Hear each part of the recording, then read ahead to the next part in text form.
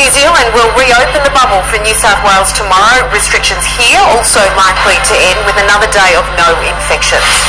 Police have issued an urgent warning after a shocking night on our roads. One man died while several others were lucky to escape violent crashes. Warragamba Dam is spilling. It's hoped the Control Police will help prevent another disaster, with some areas still struggling to recover. And with the federal budget set to deliver big wins for hopeful home buyers, today saw another round of sales well above asking prices. Now here's Sally with Sydney's weather. Thank you very much. Well, it's been a very warm day across the city. Temperatures soaring 7 degrees above the average. Reached a very pleasant top of 26.2 this afternoon, thanks to those winds which were predominantly from the north. It was even warmer in some of our suburbs. In fact, Penrith was the warmest spot today, 27 there, also 27 into Richmond. Along the coast, a little bit cooler at Manly, 26. Now on the satellite we have onshore winds and also a trough triggering just a few showers and also some storms just for that northeastern corner of New South Wales. It's also tracking into parts of Queensland. Into tomorrow, a trough and a front are going to start to approach the southeast, and that will trigger showers across parts of eastern New South Wales and will spread through the rest of the southeastern states as well. Elsewhere though, a high will keep the rest of the state dry.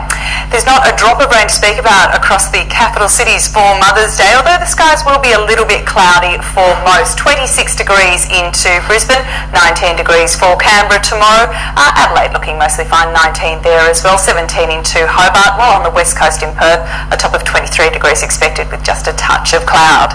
A closer look across our state, we might just pick up the odd shower for the mid-north coast over the next 12 to 24 hours. Maybe some storms developing too with that trough pushing through. They will most likely pop up around late morning, including for Coffs Harbour.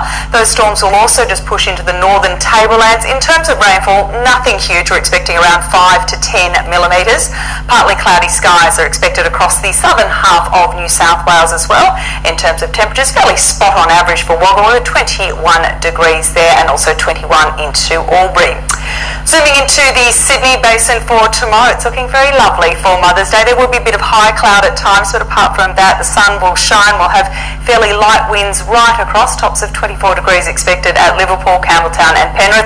A little bit cooler along the coast. That's just where that sea breeze coming off the water, 22 degrees at Manly.